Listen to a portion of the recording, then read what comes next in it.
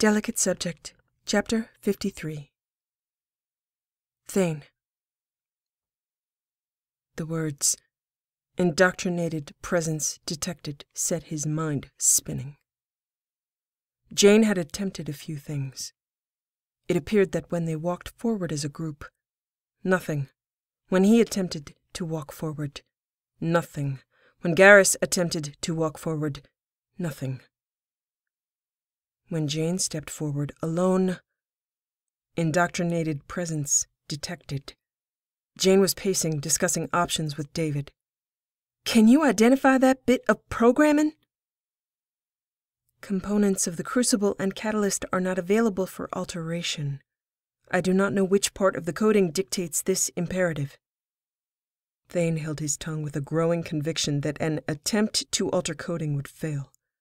Isolation of a few superficial components would not counteract what was likely an iterative and hard-coded directive. It struck him in hindsight as something he should have anticipated.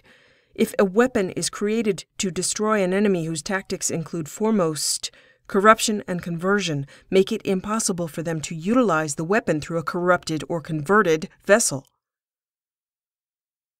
A suspicion grew, and he directed his attention toward consideration. He spun his thoughts, considered the challenges and outcomes. If the theory was that the machinery could detect indoctrination, it was possible it could detect other things. The Citadel had a massive store of information, identifiers of anybody who might set foot there. The catalyst had augmented processing ability. If it was based on Prothean technology, it might be able to read minds, read physiology, read motivations, read purposes. What would it be looking for? As another safeguard, in addition to indoctrination detection, the machinery may have other requirements and the ability to determine motivation and mindset. It was a thin premise, but what he had to work with was that Jane would be acceptable, except that she was indoctrinated. Garrus and Thane were unacceptable despite indoctrination. It was possible that the rejection of indoctrination was the only criteria, and that speaking at all was not indicative of anything special, but then why not speak some disqualifier for Thane or Garrus? He closed his eyes, saw the path and the rightness in silence. He did not wish to convey his thought or plan to his wristbound or bondmate. While he considered his premise and plan, Jane was discussing with Edie and David the attempt to isolate and reverse the programming. Thane believed that attempt would be fruitless, but he would not discourage her. Perhaps it was simpler than he thought, and this would be solved in 30 minutes, while he left. There was no time for hesitation. We must all act upon what we believe. Everything we have to offer is required. He could wait here and watch, knowing he was useless, or he could act. He must retrieve Vrayan. She was the only unindoctrinated Jane available. Jane must not know his suspicion. It had the potential to distract her, lower her confidence in finding a solution at a critical point in her path. She must stay here, walk her path, unhampered while he walked his. He stood still for another moment, spun the concept in his head again, looked at it from different angles. Too many unknowns, but enough suspicion to act, and to act now. His eyes turned to Garrus. Thane was heartened by the successful link-up, by the potential, by being one step further together, even by the reprieve of final judgment, but he was aware that time was a critical factor. Garrus's brow ridges were drawn, his eyes tracing Jane's pacing steps. Jane was not wrong about this bet, that the Citadel was the catalyst, and Thane would count on her being right again. He was betting on her, just not the Jane that was present. Thane stepped to Jane, counted on her distraction to further his cause. He purposely broke into her conversation, utilizing her personal and professional ambitions as cover, as template for his words. Something he normally would never do. Rude, perfunctory, casual. Jane, I have an idea. The probability of success is worth pursuing, but not worth distracting you. I must leave this space, but I shall return. He left out words describing time or distance. This was Jane at work, and she was predictable. She would accept his tactical appraisal. Her eyes softened, held him. Her freshly churning schemes lightly paused but not forgotten, eager to resume their kinetic tumble. Her fire would burn while he was gone. He did not touch her, did not capture or hold her with his eyes. He appeared and spoke as though distracted, interested and slightly hopeful, as though he were about to return to the ship and bring back some item of interest. It was necessary she let go of this thought, of him, and let him pass away nearly unnoticed, as useless as the machine had clearly labeled him. She nodded briefly, and he slipped back out of her awareness, with her continuing her interrupted conversation with Edie. He stepped back to Garrus, who would be more difficult to convince that he must leave. Jane wished him away from here, would take that excuse hoping for his safety. He did not wish to attract Jane's attention after gaining her permission to leave, so he said, "In Vasnam, I must go, and you must not ask why. Watch over her. I believe in a possibility, but I must not distract her. Her mind must be free to follow its unique path without introducing my task." As the storm gathered on Garrus's face, Thane said, "Garrus, she brought us this far. Be here for the victory of her being correct about the Citadel. Remind her that she was right. It is possible the next move is mine, but all final moves are from this space with Jane." He did not say which Jane.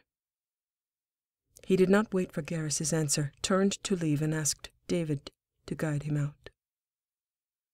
Once back on the Normandy, he approached Liara and told her, "You must come with me.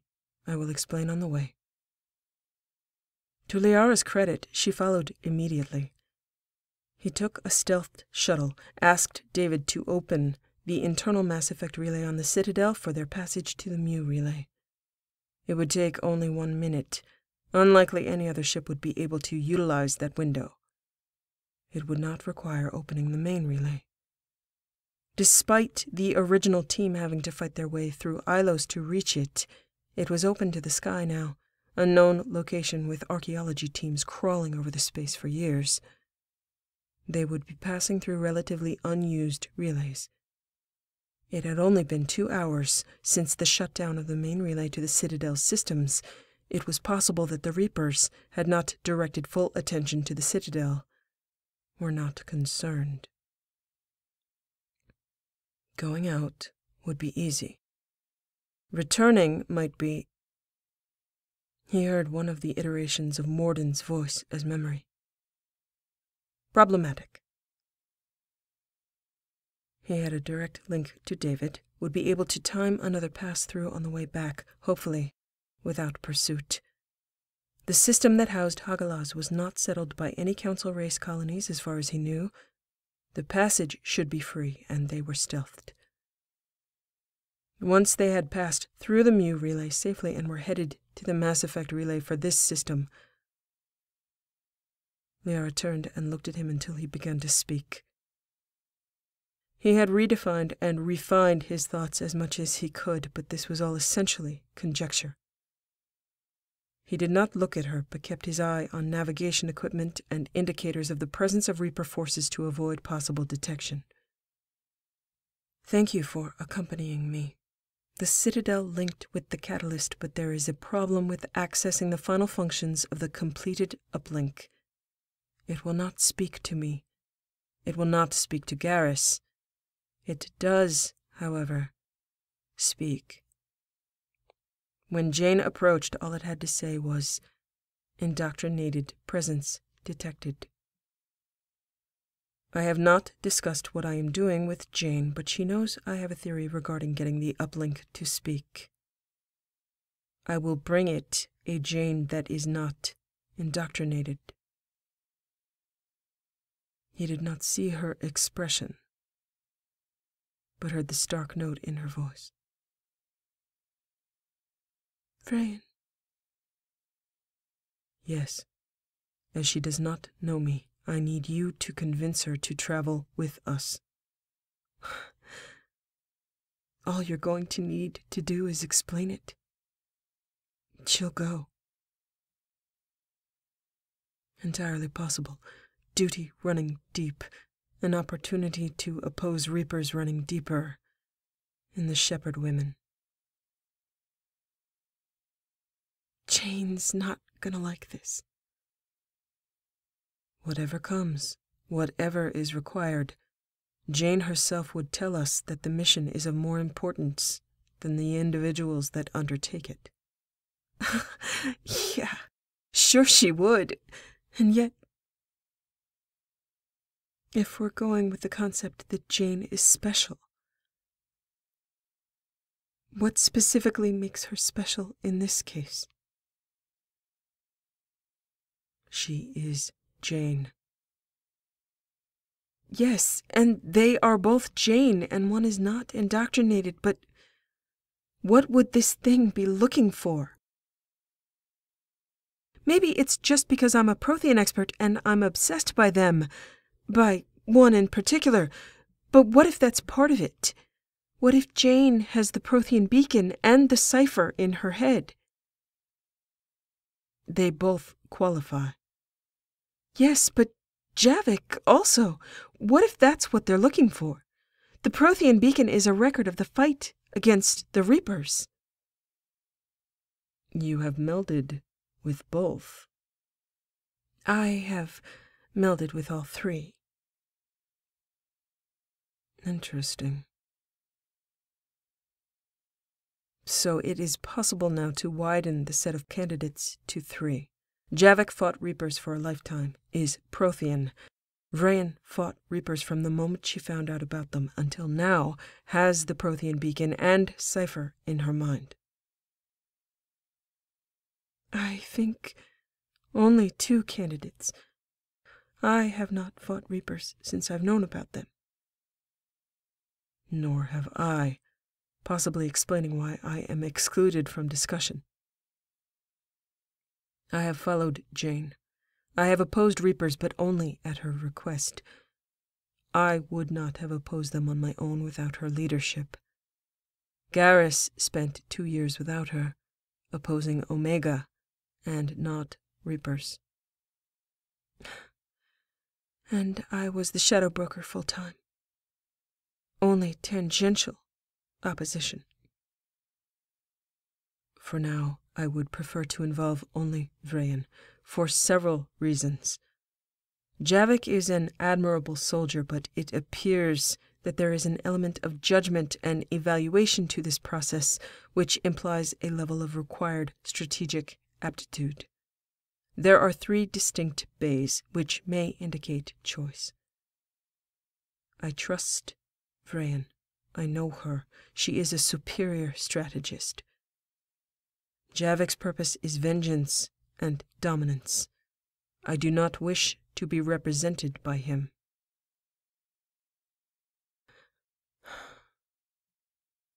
Agreed. We will see the shape of the Citadel when we return, the viability of separate escort for Javik later if Vrain fails. I find it unlikely that the Reapers will move in on the Citadel in the force possible with a relay open. There may be some close that can travel to the Citadel from within the system. Comm is jammed. Edie has the station on lockdown, and there should be minimal indoctrinated presence on the Citadel with the scanning enforcement that has been active. This will hamper Reaper intelligence gathering. Their tendency toward overwhelming force, the fact that their invasions take centuries and they consider themselves inevitable and unstoppable, may provide us with the time we need. So, because we can panic and the Reapers can't, we might win this? It is possible. How long will this trip take? Approximately 10 hours. And what happens then? I do not know. We shall see. I can provide only opportunity. Possibly it's a weapon that travels? We unlock it and then take both the Catalyst and Citadel through the relays? Use it against the Reapers? That is possible. It is also possible that the Citadel itself is the heart of Reaper coordination, and destroying it would destroy them. Could it be a self-destruct? Yes. Possibly a chain reaction, but there is no indication of its purpose. She has bought us hope and time. I plan to use it. Unfortunately, all I have is speculation, and it may involve anything from complete annihilation to no harm at all. So, we may now have the key, but we have no idea what we are unlocking.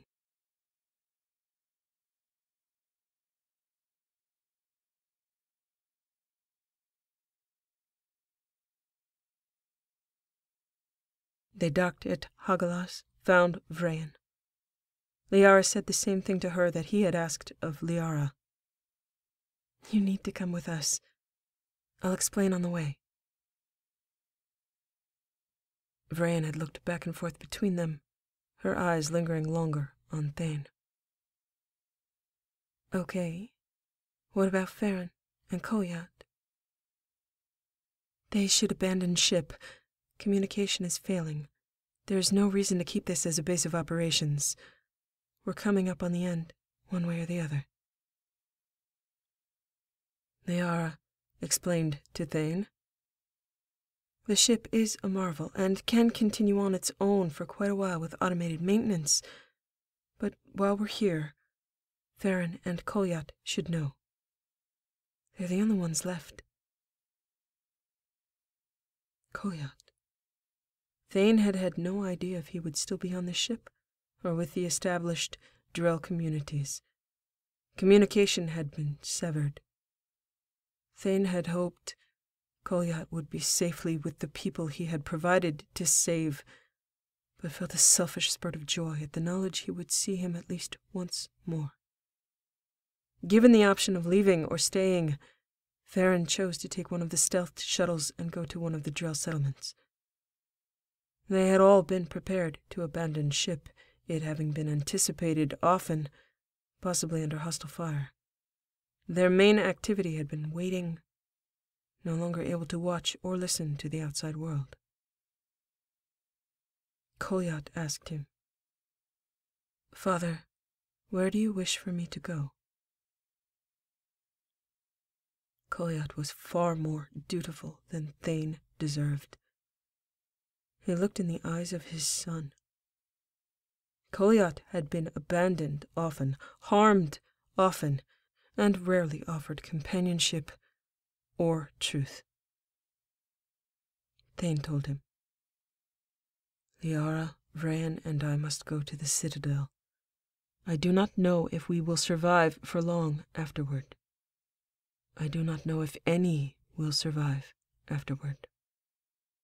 There is little time.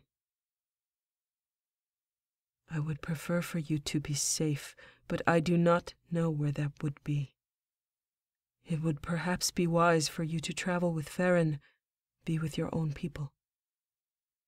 I can take you to the citadel with me, to the Normandy, and then I must leave and will perhaps not return."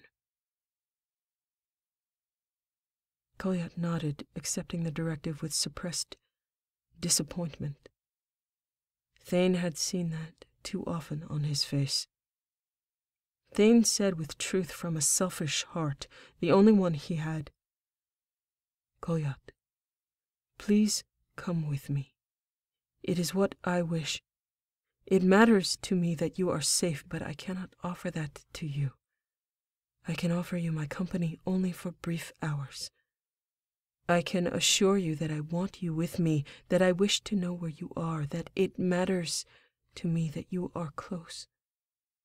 My wish is for you to know that as your father, I want to guard you with my body and my heart.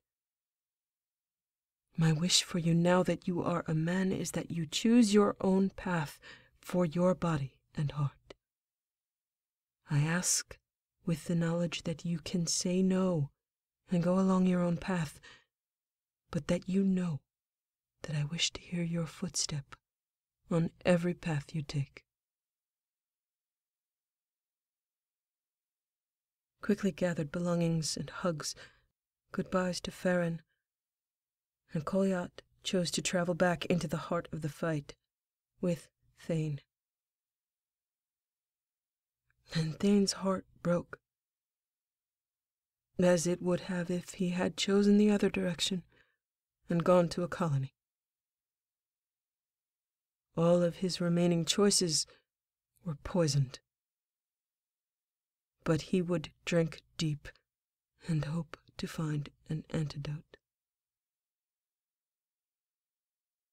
Liara assisted Vrayan with her meager belongings. Thane assisted Kolyat, and they were out of the ship within half an hour.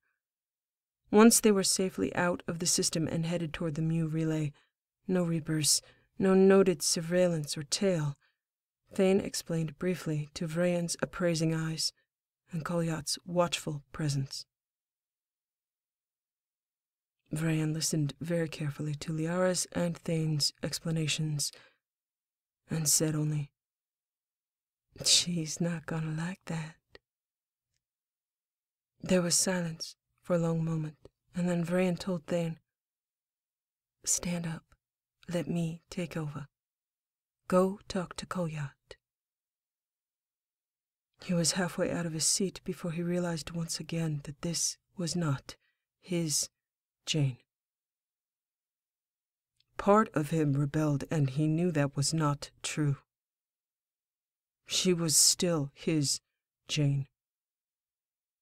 She did not know it. He did. Change your face, change your voice, change your genes, Siha. The light in you remains unaltered. I cannot unsee it. He sent up thoughts in silent prayer as he watched her take command. If I am right, please forgive me. If I am wrong, please forgive me. He moved further back into the shuttle, aware that this would give her time to speak privately to Liara. Kolyat looked at him for a long moment as potentials for conversation raced through his head, and he tried to find a subject to discuss. He wished to reach out his hand, but that had always been a concern with the strength of his venom. He had rarely touched Kolyat's skin. Drell did not hold hands. He had been with Jane and Garrus so long it seemed the natural response with family. Instead, he squeezed lightly at Kolyat's shoulder and sat across from him. Thane said, "When you were young, you would always become offended when someone told you that you looked so much like your mother." Kolyat's smile quirked up at the corner. "I always told them, 'No, I look like me.'" Thane nodded, remembering Erika's delighted laugh imagining Goliath hearing it as well. Thane told him. And now it is true. You look like you. No more comparisons to her or to me, and I could not be prouder of you. Tell me of your life. I have not heard enough stories told in your voice.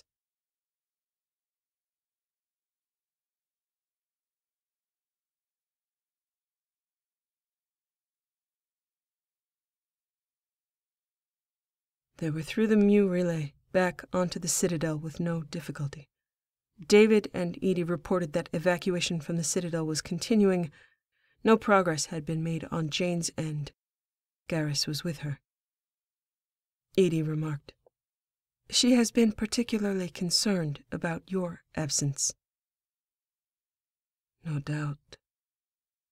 They were able to land without disruption. The station's evacuation had mainly taken place. Some residents that were uncooperative were under lockdown by David and Edie. 78% of the population had been successfully evacuated, held on transport headed away from the Citadel. Only the military fleet remained. There was no Reaper presence at the moment. No time for them to have created an alternative to the relay. Fortunately, seemingly no internal override with David's report that no attempt had been made. Thane asked Goliath to drop them off and pilot the shuttle back to the Normandy as they continued on foot to Jane, David opening the passage. Liara insisted upon accompanying them, and as Rand did not object, neither did he. It was a brief walk, and Thane had explained the theory. Lock to key. Please forgive me. If I fail, may all the grace I have gathered fall to those I love. Jane's voice came through his omnitool, relieved and distinctly angry. Glad to hear you've made it back. What the hell? I have returned with Vrain. Liara is accompanying me. That's nice. What the hell? Garrus said. Welcome back. Yeah, that. What the hell? I wish to test a theory. What fucking theory? I will test it when we arrive. If it works, then it speaks for itself. If it does not, then we will have time to discuss it. Please step back, beyond the detection zone. He imagined her fuming, but there was nothing to be done for that. No matter how they did this, she was, as everyone had pointed out and he had known, not going to like it. She did not answer, and they rose up on the platform. Thane and Liara stepped over to where Jane was glaring at Thane as though she could set his leathers ablaze. Vrain glanced at them all once, nodded, and walked forward toward the 3 bays. They lit up simultaneously, one blue, one green, one red. Thane thought momentarily that those were the colors of his blood and the blood of his bondmate and wristbound. Then he stepped behind Jane, held her in the embrace he repeated each day in her presence, a hand spaced on her hip, one hand grasping hers as though they had just been bound by a tseni strap. Jane watched, the breath moving out of her body at the sight. A ghostly, shimmering silver form appeared in front of Vrain, who stopped. Both Shepard women uttering the same name simultaneously. Urim.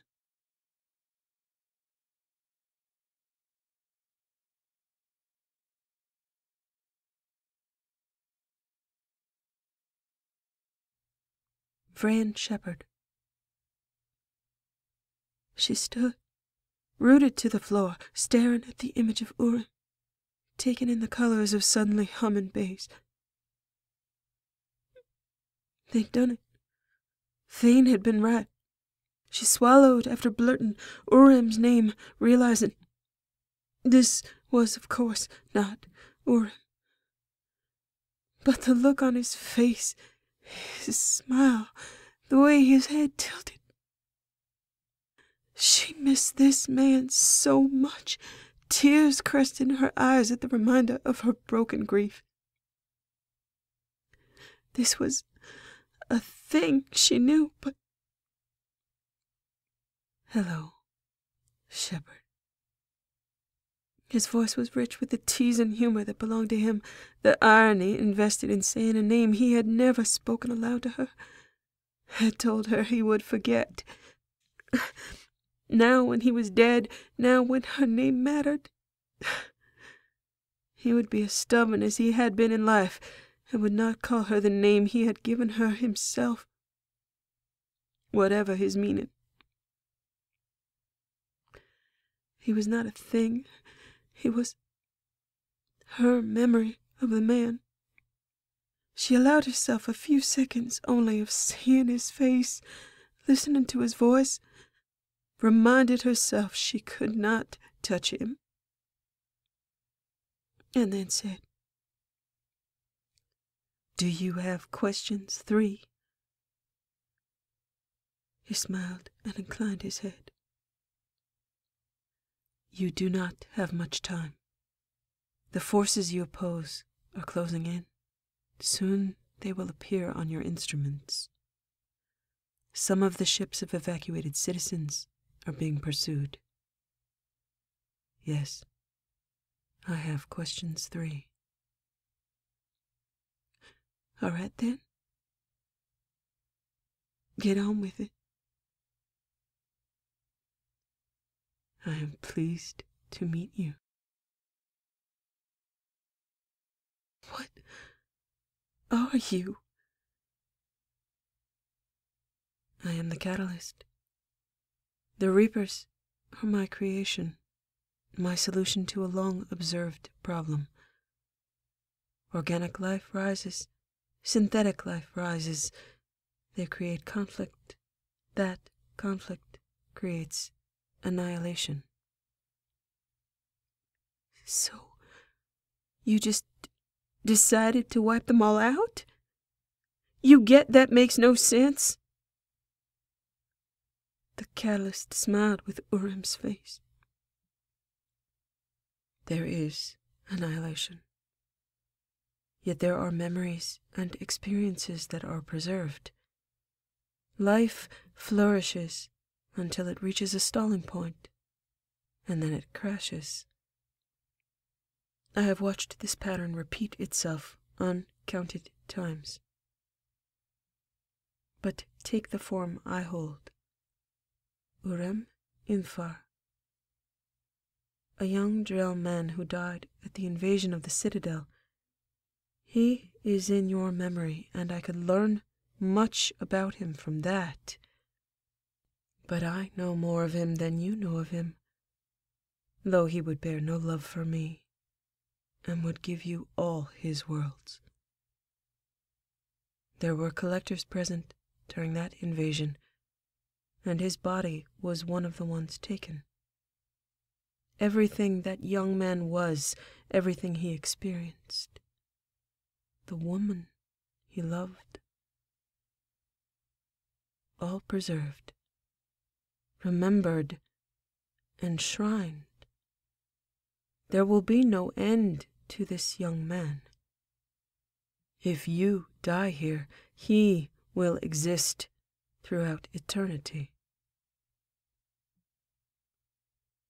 Vrain was nearly sick, imagining dying here, having her body taken, and at the next cycle her flawless image could be used to mock the victims.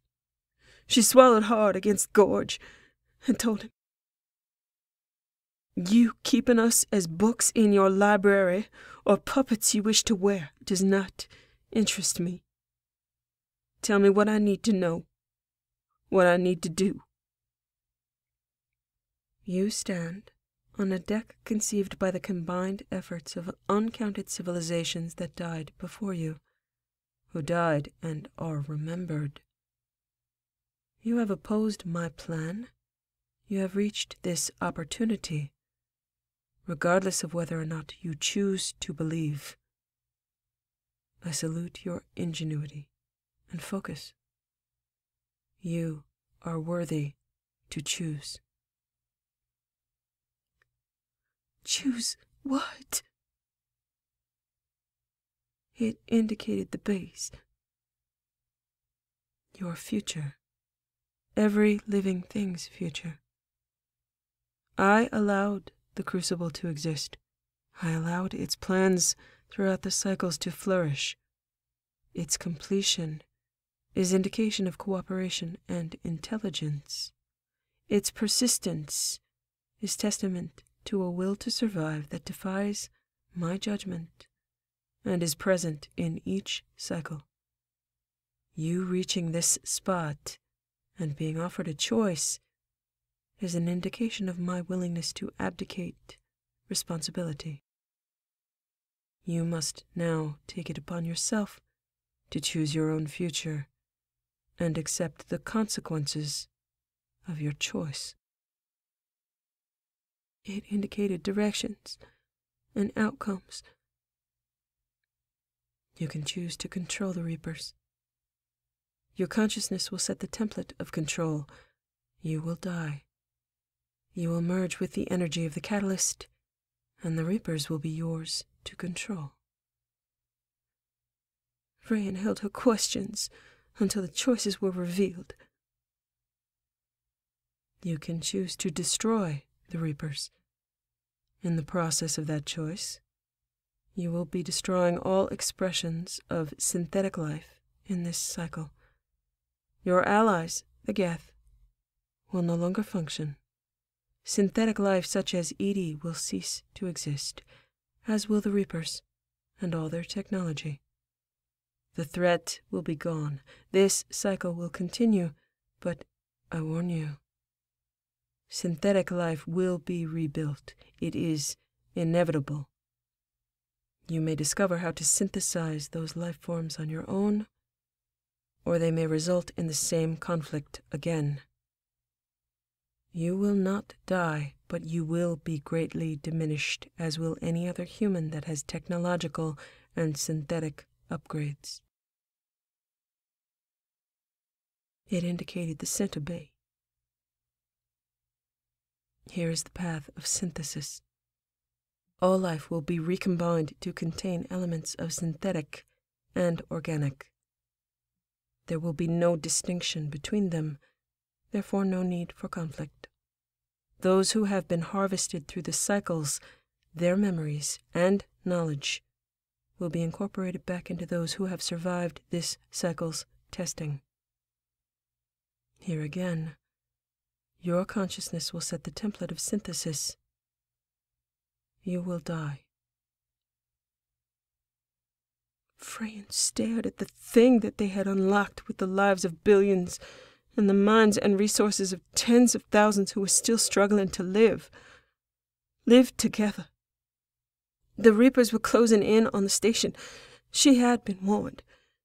Reapers were taking life by the thousands each second. She had no more choices.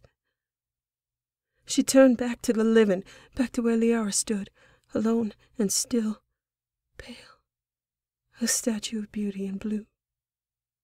The thing did not see or acknowledge them. Jane was still, Thane's arms around her, support and restraint, Jane's eyes filled with helplessness and tears. Garrus was behind them both, a hand on each shoulder. Vrain felt the wells of sorrow that were Jane's eyes. To be unseen by that thing, to be disqualified so completely after everything she had done.